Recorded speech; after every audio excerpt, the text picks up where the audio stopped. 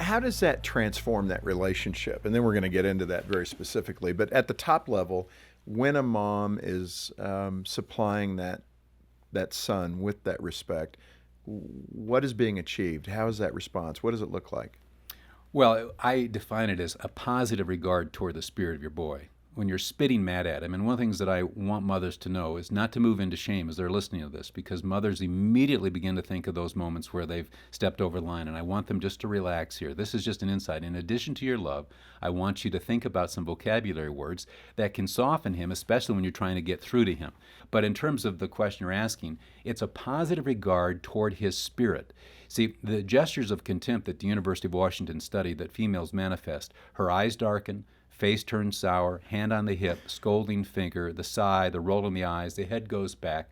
And when estrogen kicks in, the word choice of contempt is incredible. Women will fight with words, okay?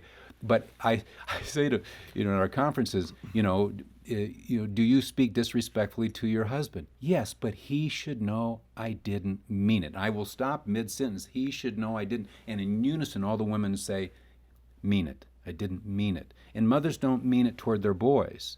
But the way in which that boy is filtering that is mom is using this topic to send me a message that she doesn't like who I am, she doesn't respect who I am, and she finds me unacceptable. And I can give an illustration between how a mother would confront her teen daughter one night and the next night confront her teen son in the very same way, and I can paint a picture in a moment if you'd like me to, and show you why there is a huge difference here. Well, give it. Let's hear it.